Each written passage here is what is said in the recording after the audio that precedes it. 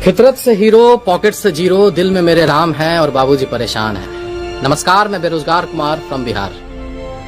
मैं आपके गली का वो लौंडा हूँ जो घर पे गुमसुम चुपचाप है, लेकिन फेसबुक, व्हाट्सएप, पबजी के दुनिया का वो रॉक स्टार है। 4 साल पहले एक सस्ते इंजीनियरिंग कॉलेज से निकला एक निकम्मा इंजीनियर, फिर वही जीके जीएसटी रटता हुआ जो आपको अक्सर ट्रेनों में ल्यूसेंट का पन्ना पलटता हुआ दिख जाता है। करंट अफेयर में मोदी जी के हर योजना से लेकर भारतीय सेना के हर एक सैन्य अभ्यास और अक्षय कुमार के नई फिल्म का जानकारी तक सब जुबान पर रखता है उसको। अच्छे दिन का वादा भी और देश के दुश्मन पाकिस्तान का नापाक इरादा भी।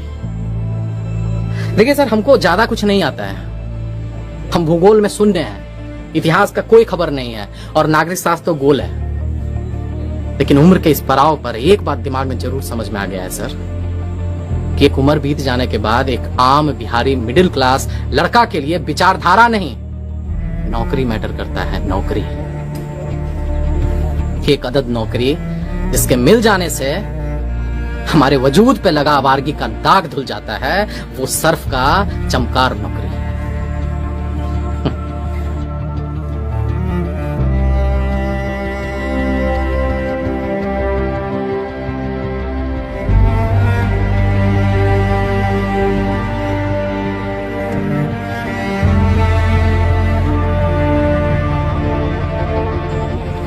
पहले आईएएस और उसके बाद एसएससी और फिर से फ्रस्ट्रेशन का ई लेवल हो जाता है कि सर रेलवे का गैंगमैन से लेके लोको पायलट का फॉर्म भरते भरते हम लोग अपने सेल्फ स्टीम का ऐसा बत्ती बना लेते हैं कि रात में जब टेबल पे बाबूजी के साथ खाना खाने बैठते हैं ना, तो परवल तक नहीं घोटाता है सर।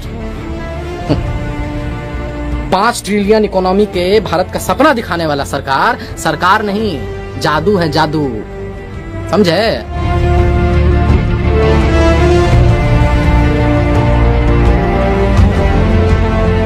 2 साल से वैकेंसी निकला हुआ है, एग्जाम नहीं ले पाए हैं। लेकिन साला फॉर्म का पैसा घुरा घुरा के जिले लाही खैरात बांट रहे हैं।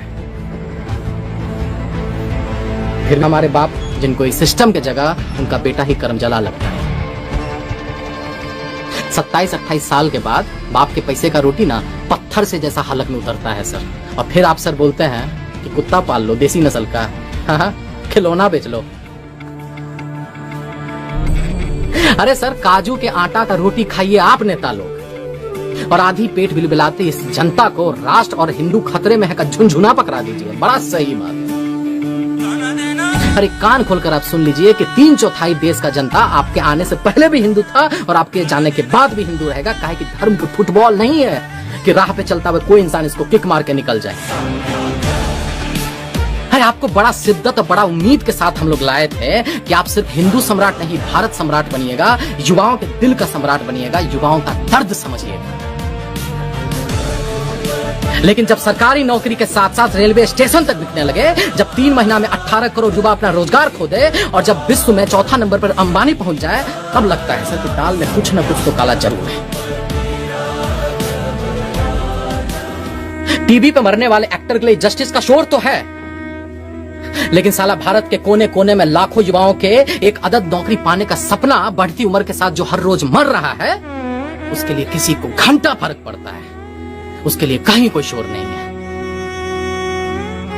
हमको पता है आपको बहुत बुरा लग रहा होगा सुन के, एकदम परपरा के लग रहा होगा, लेकिन क्या कीजिएगा सर? अरे क्या कीजिएगा? जब पेट में भूख और आंख में बेरोजगारी का जलालत हो ना, तो मुझसे भजन नहीं गाली ही निकलता है। अरे जिस युवा ने आपको इतना प्यार दिया, इतना प्यार दिया, जो आपकी लंबी गाड़ी और बढ़ी हुई दाढ़ी के सामने जो नतमस्तक हो गया, उसको आप पकौड़ा खिलौना बेचने का उससे भद्दा मजाक करते हैं आप? अरे आप तो गुजराती हैं ना सर, आपको तो पता होगा कि इस मुल्क में एक रेली लगाने के लिए पुलिस वाले को कितना चंदा और हफ्ता देना पड़ता है, और तब आप बोलते हैं कि आत्मनिर्भर बनो। अरे रचाइए ढोंग, दिखाइए सपना। अरे आपसे पहले भी आया था एगो तुगलक, जिसका सपना और नियत बहुत साफ था, लेकिन जमीन पर आते ही ना टैब बोल जाता था। अब कमेंट सेक्शन में कुछ लोग हमको गाली देगा, एंटी नेशनल बोलेगा, देशद्रोही बोलेगा। बे बोलो, अगर साला अपने ही देश में, अपने आजाद मुल्क में, अपने प्रतिभा के दम पर अपने ही सरकार से सरकारी नौकरी मांगना गुनाह हो जाता है, एग्जाम का डेट का हिसाब मांगना गुनाह हो जाता है, तो हम हैं गुनहगार, और हम ऐसा गुनाह 1 नहीं 1000 बार करेंगे इस देश के युवाओं के लिए। तुम रहो अपने नेता का चाटने में, और इस देश को महान बनाने में हम युवाओं के साथ खड़े हैं और युवाओं के साथ रहेंगे। जय बिहार।